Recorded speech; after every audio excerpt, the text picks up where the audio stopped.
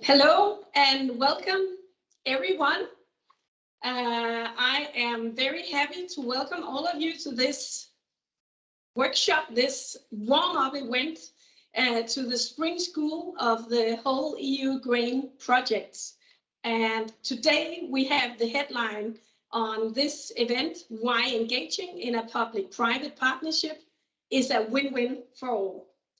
So I hope you are well settled wherever you are in the world. We are very pleased that we can welcome people from a wide range of countries from all over the world, different continents. And this is really great. So my name is Lise Valbom and I'm the CEO of Food Nation. Food Nation is a public-private partnership itself. And we are working as a marketing consortium for Denmark. And I've been looking very much forward to meet all of you online here today. So this is also why I would like to encourage all of you, maybe just to greet each other in the chat. And please do not hesitate to use the chat during the session. You are more than welcome to ask questions, and we will do our best to take the questions along the way. But we will also have time in the end to sum up some of the core questions. So please use the chat along the way. Also, a few things to think about during an online event. I mean, we might be skilled in these online events, all of us, but still, it is a good idea to use Google Chrome as a browser if you have challenges. And also it can be a good idea to use headphones. So also just to underline the fact that we are recording this event and it will be sent to you afterwards. So once again, welcome. And again, please say hi to each other in the chat. While you are doing this, I would like to introduce the rest of the good group we are having with us today. I just need to make sure I can make the slides work. I have a little bit of a challenge doing this. So, well then, I will ask my colleague to change the slides for me, because apparently it is not working right here and now. So, yes, thank you very much. With us today, we have a really interesting group of people who will give their perspectives on the public-private partnerships model. And with us, we have Anne Pearline Voldsen, Head of Division from the Danish Veterinary and Food Administration. We also have René Norman Christensen, CEO from Koberg Bakery Group AS, and also Thomas Roland, Head of Department Responsibility in Coop Denmark. So we will have a 1 hour session here. It will be quite sharp, and I will do my best to lead the way through this session, so you will also have the possibility to ask questions. I will shortly introduce you to the program, and today's program is, first of all, I will give you a fly-in on cross-disciplinary collaboration, characteristics of the Danish food cluster. Then we will have the public perspective from Anne Pearline Voldsen, the business perspective from René Norman Christensen, and also the retail perspective from Thomas Roland. Then we will have time for questions from you.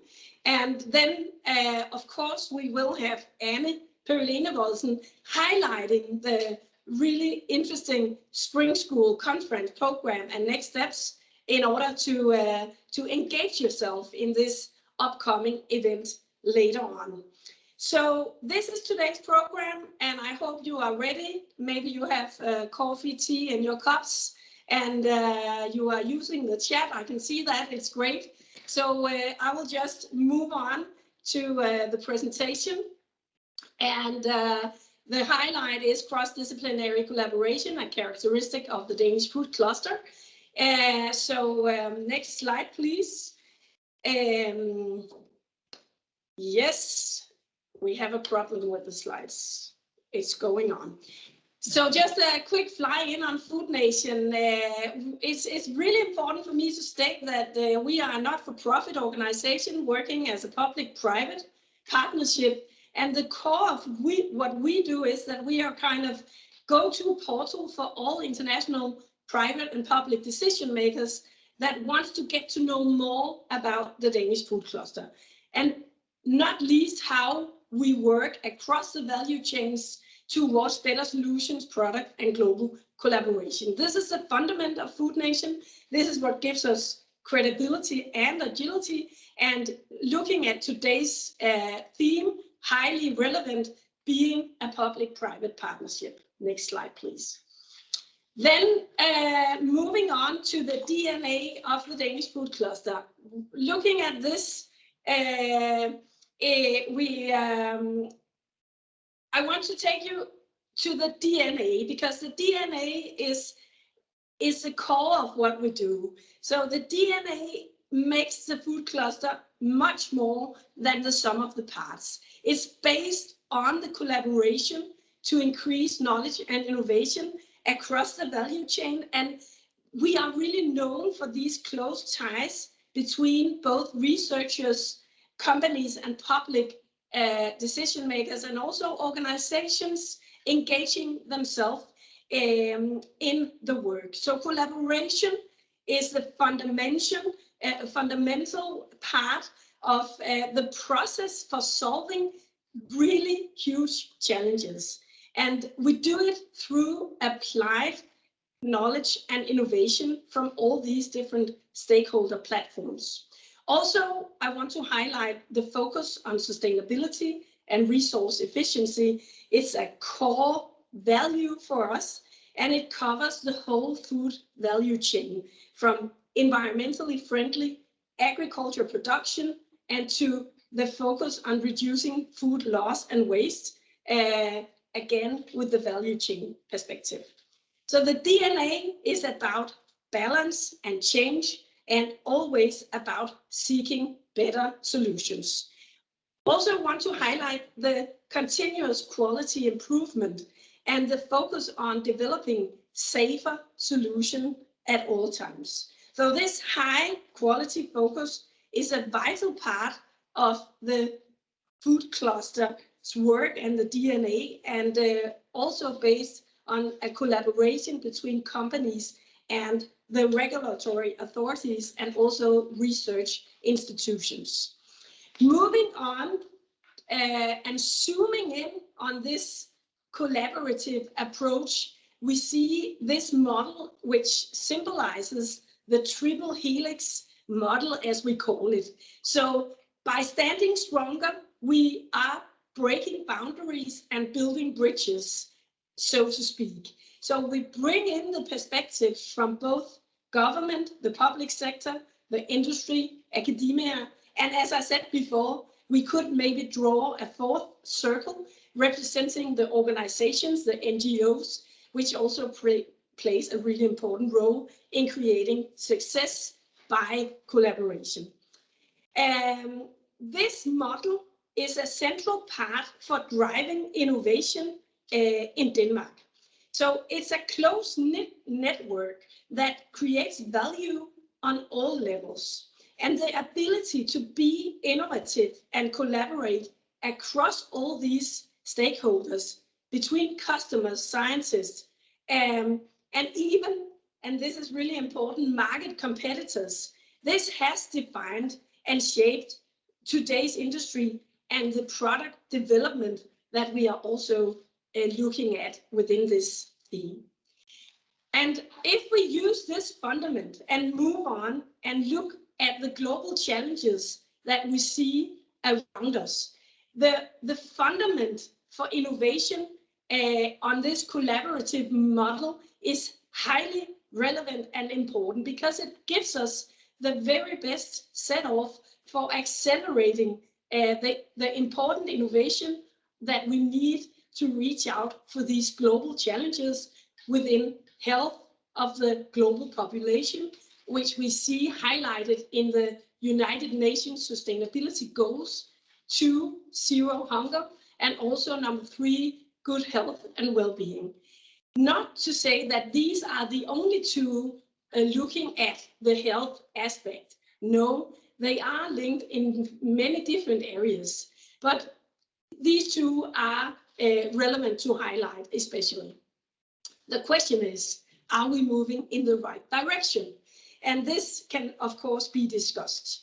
I would like to move on and highlight how we, from a Danish perspective, in many years has been pushing the development forward. So if you look at this timeline, you can see that from the 1960s, we in the Nordic countries started the developing of the Nordic nutrition recommendation. And this has been a really important fundament for the work going on. In the 70s, we were one of the first European countries to publish evidence-based national dietary guidelines. And 2009 to 12, we launched really in an interesting and forward-thinking initiative. The Keyhole and the Whole Grain label were introduced. The Salt Partnership and Meal Partnership were established. And 2018-19, the government launched Strategy for Food, Meals and Health, the Danish Food Partnership for Health and Climate, and the Danish Healthy Food Council. If we jump to 2021, we see also how the Danish Veterinary and Food Administration launched climate-friendly dietary guidelines. And this has also got some really extraordinary awareness internationally because it is certainly one of the first countries in the world to link the dietary guidelines with the climate aspect. But if we zoom in on the initiatives within the 2009-12 and look at the whole grain label that was introduced here, it is highly interesting to see that initiatives like this, based on public-private partnership, have a big impact. So what we can see from the development from 2007 and up until 2019, we can see that today more than 50% of the Danes consume the recommended 75 grams of whole grain per day. And I'm trying this again. Now I maybe work the clicker here. The fact is that the good thing is that these initiatives, based on the many years of experience working in public-private partnerships, are now also going abroad. So in 2019, the Whole Grain Partnership won this international recognition when the EU Commission honored a number of best practice initiatives and made this particular contribution to promoting public health. So this was the basis of creating the WholEUGrain project, which is coordinated by Denmark, and a 3-year project from 2020, where we from a Danish perspective and in this project want to transfer all the good experience from the Whole Grain Partnership to other European countries, and not only to other European countries, of course, we want to share. And this is why it's really good that you are here, all of you. So, of course, the SDG 17 about partnerships is core, and this is the core because, as you can see here, Denmark really is a small country, but we are really based on the fact that we want to share the experiences, and only by sharing we can reach seriously out for the United Nations sustainability goals. So this solid foundation of knowledge and research is now going abroad, and this is why I'm really happy that you are here today. And this is also why I hope that you will be motivated in order to connect yourself with the WholEUGrain project and attend the spring school later on. So for now, I would like to say thank you very much for your attention. And we are going to the next perspective, which is the public perspective. And I would like to invite Anne Bøhle-Enevoldsen, Head of Division from the Danish Veterinary and Food Administration, to take the stage. Welcome, Anne. Thank you very much, Lisa. And hello, everybody. And thanks for attending this webinar and to listen to us. And thank you for inviting me. I will give you a short introduction to some of the experiences and the learning seen from a public perspective in a partnership. I will try to answer three key questions you have to ask yourself before entering a partnership. First, why do you want to enter the partnership? Or more exactly, what problem do you want to solve, or what goal do you want to achieve? You have to be fully aware of that. And of course, I will also, during this presentation, give you our answers to the three questions. Number two, what is your role in this partnership? And number three, are you really willing to invest in the partnership, both time and resources, because that is needed if you want to build a successful partnership. As Lisa mentioned earlier, we launched the Whole Grain Partnership back in 2009, after a couple of years working on settling the partnership. In the Danish Veterinary and Food Administration, we wanted this partnership because we could see a huge health benefit if we succeeded with a much higher intake of whole grain among the Danish population. What was also crucial was that we, and that applies for almost all of our initiatives and goals, we faced a challenge, a goal that had to involve a broad range of stakeholders in order to succeed, because changing eating habits is never easy. Communication and labeling can't stand alone. You have to work with food culture, with products availability, and with product development, and that's why we needed this partnership. This is how the partnership looks today. As you can see, different sectors are responsible for different areas within the partnership.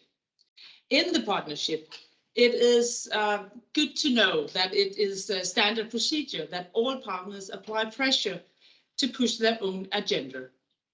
For this reason, it's crucial to define the common goals in the partnerships, because this gives foundation to find the right balance and the mutual respect between the partners for the different roles and the different contributions in the partnership. Working with a long-term goal, it is crucial that you can break your goal into smaller steps in order to be able to monitor the progress of the partnership, and of course to celebrate your victories together. An example of smaller goals or key point indicators from the Whole Grain Partnership is: 1, we wanted to increase the knowledge of the whole grain logo. 2, we wanted to increase the percentage of whole grain in different product categories. And number 3, we wanted to increase products within product categories that had the whole grain logo. That's some examples of the smaller steps you can communicate alongside in the partnership. Our role or our contribution in this partnership, we have 2 very well-defined tasks in the partnership. One is the fundament of the partnership, and what the partnership is based on, according to us. It's our food-based dietary guidelines. The food-based dietary guidelines is the foundation of our interaction with the industry. This is the core ingredient that ensures that we as a public authority give sound, consistent, and trustworthy recommendations to the public. We do this by basing our recommendation on the most recent scientific evidence.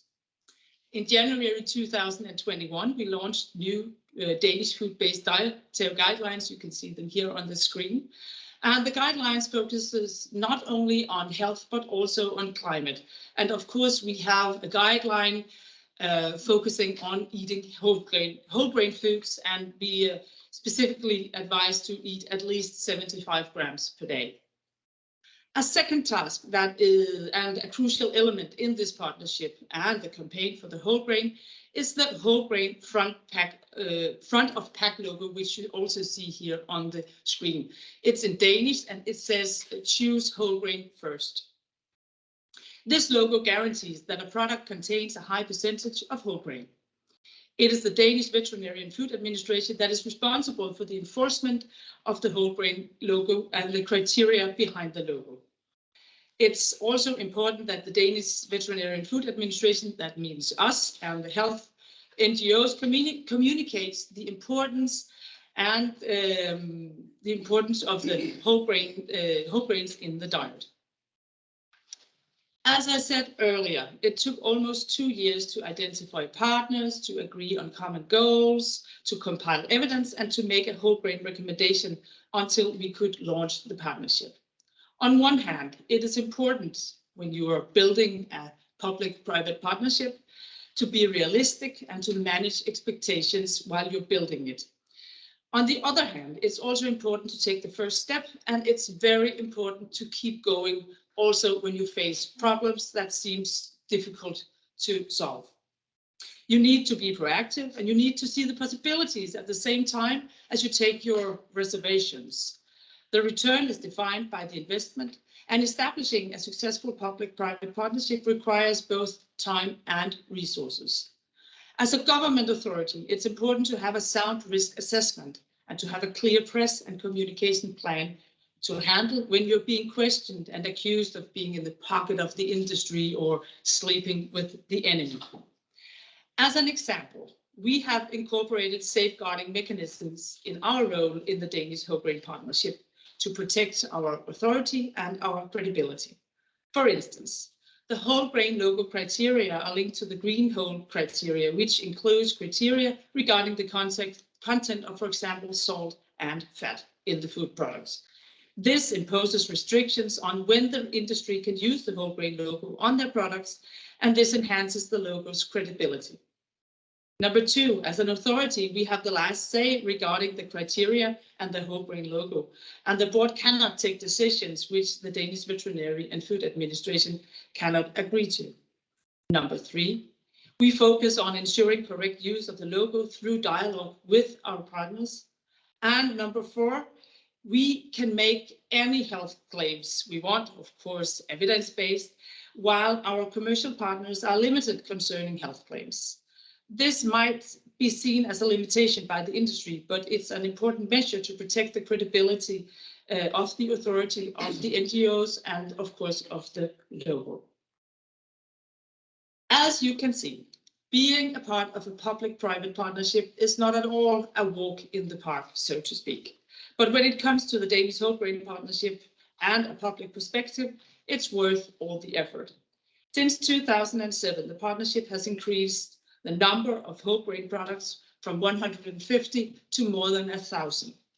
We have increased consumer knowledge to the whole grain logo, and last but not least, we have increased the intake of whole grain from 36 grams per day to 82 grams per day in average.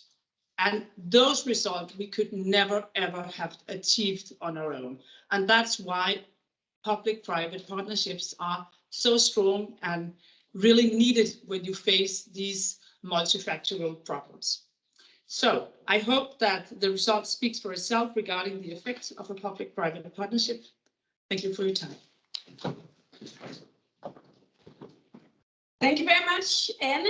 And we will get back to Anne and the public perspective in later on in this session. I mean, I think it was both encouraging but also quite challenging to hear about all the things you need to be aware of. So maybe you have already now gained questions. So don't hesitate to ask them and to post them right now. We will sum up and also maybe take them along the way. So I will now like to introduce our next speaker, and it's a pleasure to introduce the private perspective and René Norman Christensen, CEO, Koberg Bakery Group. Welcome, René. Thank you so much, Lisa. Hello, everyone. I've decided not to do it as a presentation because in this case, I can't look you in the eyes, but that's normally the best way to do it. I would like to give you the perspective from a bakery. We're the second largest bakery in Denmark with about 100 million euros turnover, just to put things a little bit in perspective. So why did we choose to engage in such a partnership? To be honest, back then, maybe 15, 20 years ago, there was a movement in Denmark against carbohydrates. And we felt that in order to legitimize eating bread again, we needed a different perspective to bread. So that was the perspective back then. That has changed today. Bread is not seen as negatively anymore. So we're no longer seeing it as something we just kind of had to do to sell our bread. Today, the whole partnership and the whole grain initiative is an integral part of our strategy. It's become part of our social responsibility.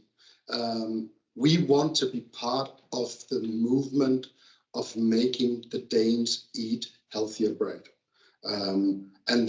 There's definitely a movement there within the whole grain.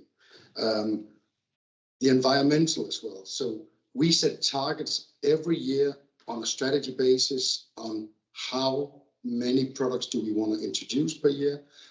We do it based on how much of whole grain flour we use. And today, we measure it on an annual basis based on our CSR report. Today, we're at 49% of the flour that we use, which is actually whole grain. And that has been a big movement over many years. And we actually succeed in beating our own targets every single year. So we put it up by a couple of percent or 3 every year. And the target for the 2021 was 47.5, and we hit 49. So pretty proud of that. It also becomes, let's say, I won't say it's a competitive advantage, but not being in the partnership and not focusing on it would definitely be a disadvantage, because in the partnership, we have our customers and we have our suppliers. So it's a big focus within the supermarket chains in Denmark. They expect us to develop product in the direction of whole grain. So if we were not a part, as I say, there would be the disadvantage instead of it being a competitive advantage. I also sit with my biggest competitor, which is the biggest, of course, bread supplier in Denmark. So we've joined forces in this, and it is a common interest of moving more and more into the whole grain products. So as a conclusion, it is an integral part of our strategy today, and I would not be without it even if with all the troubles, and it's not an easy thing to move in this direction. It does take a lot of effort, but being together with the supermarkets, with our suppliers, we move it together. So how do we do it in terms of innovation? Well, it's quite clear. We set our innovation team targets on how many new products, of course, a year we expect to come from them. And roughly 50% of that needs to be based on whole grain. What we see is more and more products that are non-whole grain. Actually, the volumes are going down and down, and therefore the overall volume used in whole grain is going up and up. So it's the target for the number of innovations, but it's not just the whole grain that we are focusing on. We are also focusing on lowering salt, fat, and sugar added to the bread, as we overall believe it it should be healthy to eat bread. So if I look at why would you even start such a journey as we did? I like to see it in the way you can either choose to be in the driver's seat or you can be in the passenger seat. I think that whole grain is it's not something which is here just for a few years. It is the future, and either we as responsible producers of bread, we take the initiatives to move it in that direction, or someone else will force us to move it. That can be from a legislation point of view from the EU, it can be on a national level, it can be our customers that force us. So we have for many years taken the decision, we want to be in the driver's seat and moving the whole grain initiative forward. If you compare to what happened in the US quite some years ago, where there were discussions from the government side that all the obesity that they were seeing in the US was to a great extent due to McDonald's and their supersized menus. It never came to a legislation where supersized menus were banned in the US.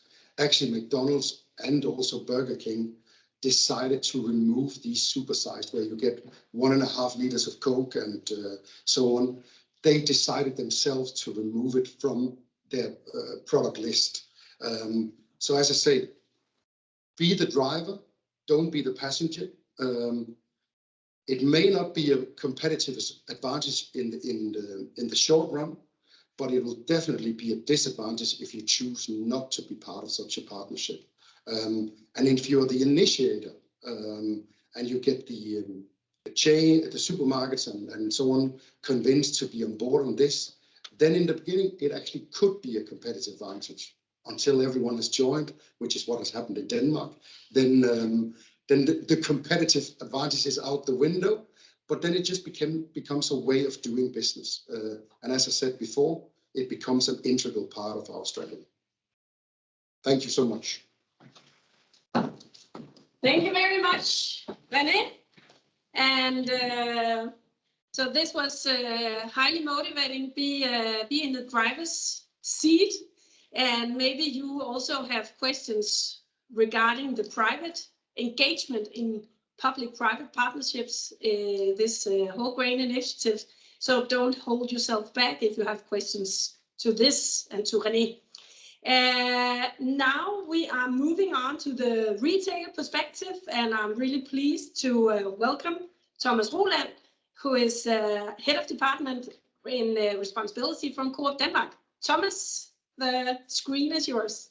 Thank you very much, and I hope it works this way. Sorry, not being able to join you in the studio today. Yeah, thank you first of all for the possibility to address you on this important subject and share a bit of our you can say gained insights in working with a public-private partnership as this one.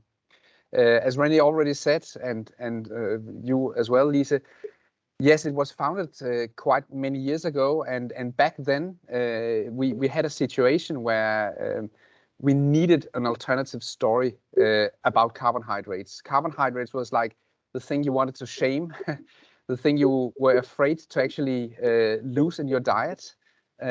Luckily, in Denmark, we chose to join forces and try to turn that storytelling into a positive story about actually collecting carbohydrates this way, whole grain based, with a healthy lifestyle and health aspects. So this was also, from our perspective, what really was the starting point of it. And it has been tremendously successful. I mean, you, as a retailer, if you do not have whole grain products on your shelves, if you do not have a wide variety of these products, not only in bakery, but also in frozen food, in pastas, etc., in breakfast cereals, etc., I mean, you simply cannot be on the market. You need that on the shelves now. So you really reach this tipping point where, so to speak, it's we're getting more and more products on the shelves. What of course is interesting from a retailer perspective, you also said it, Renee, is can we actually sit in the same room as our competitors? And how would this work out when entering in a partnership like this? Of course, you need to be aware that here we are together about creating a new market situation. We are here together in creating a possibility of actually serving some customers, building up the need and serving their needs, so to speak, after that. But of course, you leave all the competitive ideas. You leave that out of the room, so to speak. What you do in common is actually build up the market, build up the brand, build up the stories that's necessary for the consumers to engage in this, and then of course up to yourself, everybody. What products would you put on the shelves? What should the pricing be, etc. But I think from our retailer perspective, the big advantages of entering into this in a public-private partnership model is really that it was a kickstart of the process. I mean, you could have waited until we might have had a public labeling like the keyhole label or something like that, but it kickstarted the process to do it in a private-public partnership. Also, it kind of acknowledges the different interests of the stakeholders around the table. Private companies, of course, we are here of a reason. We want to sell our products. We want to have something on the shelves that's important for our customers. But all the private companies, stakeholders that were there in the room and are still there today, they can also see that it's a benefit for them to be in that room. So I think everybody has something at stake, and that's important to make a partnership like this work. Also, I think actually that it's been cheaper to introduce the label and build up this market when we did it in a partnership like this, compared to the situation where the government or the state authorities should have done this alone. And you know, as long as you can agree about a common goal to create this market, then we have not seen it as a problem to sit in the same room with our competitors or even with some of our suppliers, even though that we also have a different agenda when we meet in other premises, so to speak. There are also a few drawbacks I'd like to say, or at least risks. First of all, you pay a fee to be part of the partnership. This is also part of the funding of the partnership. And we do risk that some of the small producers or the new ones, the poor ones, so to speak, they will not be part of the dialogue we have around the table, and they will not be able to use the label on their products. Of course, this is a drawback or a downside of the way we organized it. But I think there are models to make sure that they can also be part of the initiative. Maybe a smaller payment for them or an introduction period. Then I think this trust-based model, as I've already touched upon, I don't know whether this works better in a society where we already have quite a high degree of trust between stakeholders. But of course, it's something that you need to address. Is it possible for all stakeholders to be around the same table discussing this? And then thirdly, I think not a drawback, but just a remark about the risks. It's really important to have this secretariat or secretary that's 100% dedicated to moving the partnership forward, because all the other people all the other stakeholders around the table, we all have our own agendas as well. And I think it's been very important in this case also to have a role from the secretariat that understands, so to speak, the market that this is going to work on. So it's not a scientist, not to say anything bad about them. It's not an health NGO, not to say anything bad about health NGOs, but to have a secretariat that also understands how you actually develop a market and drive this market has been key to the success, I think. Finally, I can say that One of the things that we have decided in co-op is also to introduce whole grain, at least in a small percentage, 5%, to all the bread and all the cakes even that we have on the shelves. But we just don't know where to tell it. I mean, I think there are ways of actually introducing more whole grain to our customers without their knowledge, so to speak.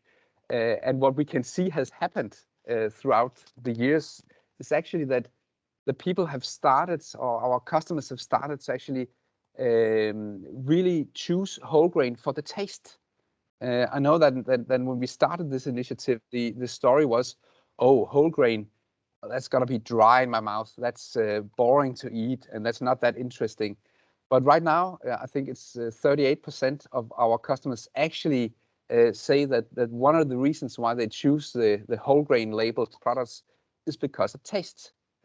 So we have actually, I think, throughout the years, been able to change the taste, the preferences of the Danish consumers in a direction. So many of them actually prefer the whole grain based products, being pasta, being bread, being breakfast cereals.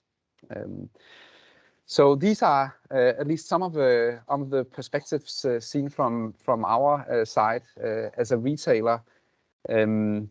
Maybe I'm jumping to some later conclusions, but I will just finish by mentioning a few potentials that we still see. First of all, we see a big need for also introducing whole grain and the whole grain label on cheap products. Very often, when we look at our shelves, the cheapest products is actually, you know, the loaf of bread that's made for the toast, or is the cheapest pasta. That will be the whitest and the one with the least amount of whole grain. Why is it like that? I mean, there are some structural dilemmas here that the wheat without whole grain is actually the cheapest when you want to do or make your products. We need that to change, and there I think are some really big potential that we can still use. But I think in order to do that, we also need this movement to go international, because many of our producers of these products, they are not necessarily Danish or local. They are international, especially when it comes to the cheapest products on the shelves. So therefore, we think this initiative, this EU initiative, is really important, and we really hope that this will be the start of a larger movement towards more whole grain, also in the cheapest product ranges. I think that will be my first words here. So thank you very much. Thank you very much, Thomas. And clearly, the retail business has done a huge job in learning all of us about the whole grain label. I can tell you that when my kids go shopping, I ask them to navigate between different labels, and these are one of the labels they navigate after. And if they bring home the wrong ones, we have huge discussions at home. So thank you very much, Thomas, for highlighting your really good and important initiatives. So now I would like to invite René and Anne back to the table for time for discussion now. And as you can see, I have brought something to the table. I assume this is a whole grain product. This could be some of what it is that we are talking about. It looks very whole grainy, but as you say, Thomas, the whole grain can be in very many different products. And what we are talking about here is how to push the development forward and how the public-private model is relevant to do this. So, you know what? I think that, Anne, we should start with you. Yes. I would like to take the key on what you said on all the different aspects that you need to be aware of when entering a public-private partnership and wanting to push an agenda. So what is the most difficult task that you have met in doing this? What is the most important thing to overcome when entering a public-private partnership?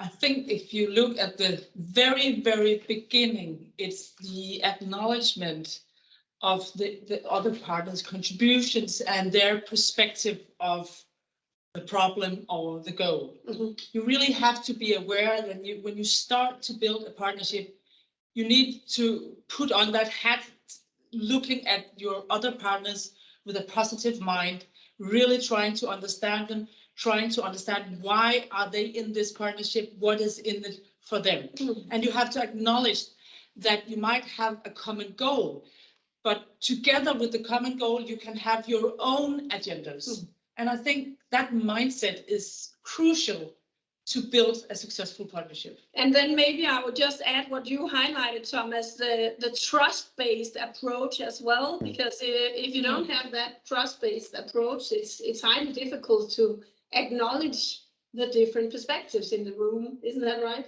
True. I don't know Yeah. what comes first. I think it's something you build together in common, but you have to meet your to-be partners with a positive mind and look at them with trust, so to speak. Thomas, you were also trying to say something? No, I was just agreeing. Absolutely. No, I agree. Yeah, okay. Thank you very much. So, René,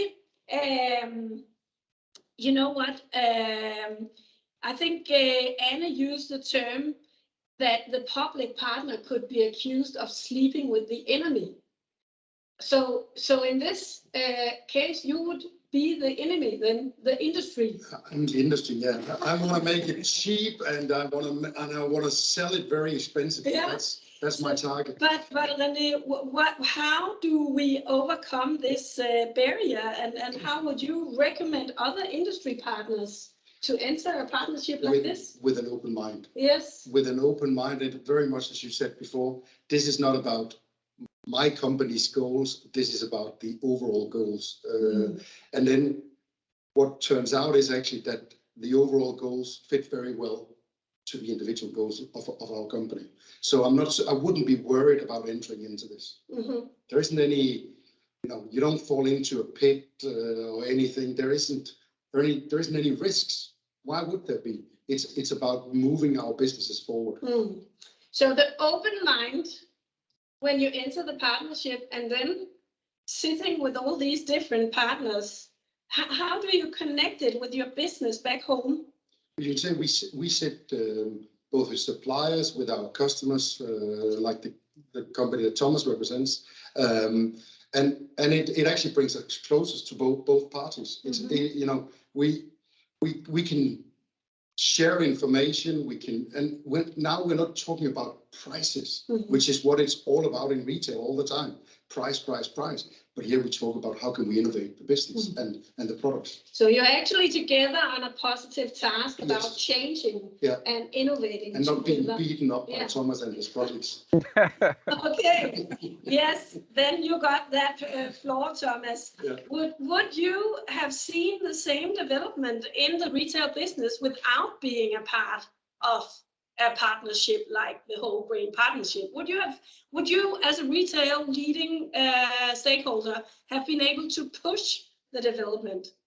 No, I'm absolutely sure, as René also said, that this is the whole idea of the partnership, is that we move together. I mean, we agree about what we can move together, and we agree about what we have to leave to the negotiation room, right? So I think we would never have reached this level if we were alone, or if the authorities were alone in their agenda. We might have gotten there at some stage, but it would have taken a lot longer time. So no, I think it's been key that we can sort of share this common goal of reaching a new level of whole grain in the diet. Yeah. So just maybe also a short question to you, Thomas, to other retail partners in other parts of the world. What would be your most important advice when entering a partnership like this? Yeah, but it's already been said. I mean, open mind, be aware of the common goals that we share instead of focusing on where we might differ or where our competitors are moving. Another thing, I think it was René who also said this, being around the table is actually better than being left outside and not being part of the organizations that join into a partnership like this. You might not see in the first place, the full potential of this, but as you move along, you suddenly learn that there's a lot more potential within an area that's defined by this public-private partnership than what you might have seen from staying outside. So I can only recommend everybody to engage into it with an open heart. So it's really interesting to hear from different perspectives, yes, that you agree on meeting on a common positive goal is what links you together, and then try to find solutions from your different perspectives. And then, well, yes, you might have to discuss for some time, what is this clear, common, positive goal? But this is what actually links together in a, yeah. Would you like to add something here? Just to remind that it's an important learning that building this private partnership took almost 2 years. Yeah. We're not talking about 2 meetings and then everything was settled. No. There's no quick fixes here. You really have to engage in the partnership. You really want to, you need to want it, and you need to really invest in it, and then it's possible. But it's not investing a lot of money. No, it's investing time. Time, patience and impatience at the same time. Yeah, and then what you're also sharing here is the fact that that you are actually also say that you have some wins from each side of the table. So this is yeah, we just have one question coming up here, and we do not have much time. So the question is, what are the responsibility requirements for whole grain? For the Whole Grain Partnership, do we have any sustainability requirements? Question mark. Who will answer that question? Well, at least the products that can bear the whole grain label, they need to be healthy in other areas as well. That means not too salty, not too sweet, etc. So I'm not sure about the sugar though, but at least salt. So that's at least a perspective. I think there's a lot more potential actually, because right now we've been building the market basically on products that can carry the label.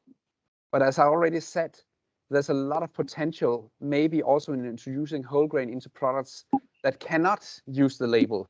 That's actually, too low level of whole grain than would be necessary for the label to be applied to the products. That area is still relatively unexplored, and I think there's a lot of potential there that we need to find out how can we also unfold that within the partnership. Maybe I will just recommend our good partner sitting managing the chat from the Cancer Society to share the report that you came out with in earlier this year, where you actually highlight the link between sustainability and health in a new report. That would be interesting, and this will highly importantly be discussed even more. This is what we have time for discussion right now. Thank you very much, Thomas, for being with us. René, thank you very much. And I will leave the floor shortly for Anne. Oh, and thank you. Thank you. René, you joined me over here. Yep. Yeah, I just want to advertise our spring school coming up.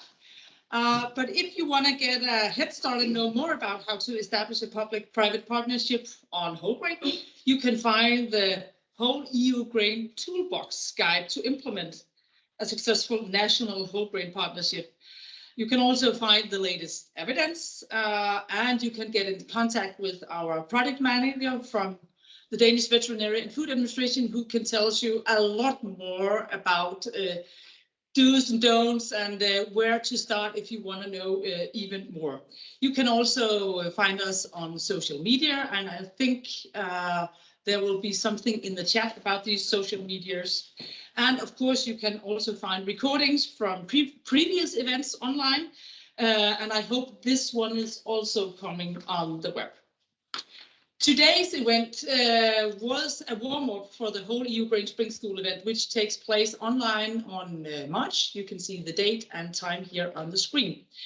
The Spring School is one of our core activities in the WholEUGrain project. It aims to transfer lessons learned and best practices from the Danish Whole Grain Partnership, but also from our partners and to our partner countries, Bosnia and Herzegovina, Romania, and Slovenia, and enable them to establish their own national and subnational partnerships. Through events such as the Spring School, we also hope to inspire all of you out there to engage and to engage other stakeholders across Europe, hopefully even the world. And we hope that you might get motivated to begin or to continue your work to improve whole grain consumptions in your populations. This year, the Spring School will be hosted by our Slovenian project partners, and it will include a wide array of speakers from across the world. The speakers will address everything you need to know to establish a successful public-private whole grain partnership. That's a long word. You will know more about health and sustainability aspects of whole grains, more about whole grains and new business opportunities, more about communication and labeling of whole grains, and of course, more about building and driving a public-private partnership. That's all from me for now. And over to you, Lisa. Thank you very much, Anne. And I'm looking myself very much forward to this Spring School, where I will hopefully also have the possibility of meeting some of you again. And also looking forward to the next steps within the WholEUGrain project. We are facilitating a study tour this June to Denmark, and you can hear more about that also at the Spring School. So for more information, please contact the Danish Veterinary and Food Administration, Sanne Møller Jensen, project manager from the Danish part of the project. And also you are welcome to contact my good colleague Maria Dyrby Nielsen, head of communication and project manager here in Food Nation. So I hope that you have been motivated to join the Spring School.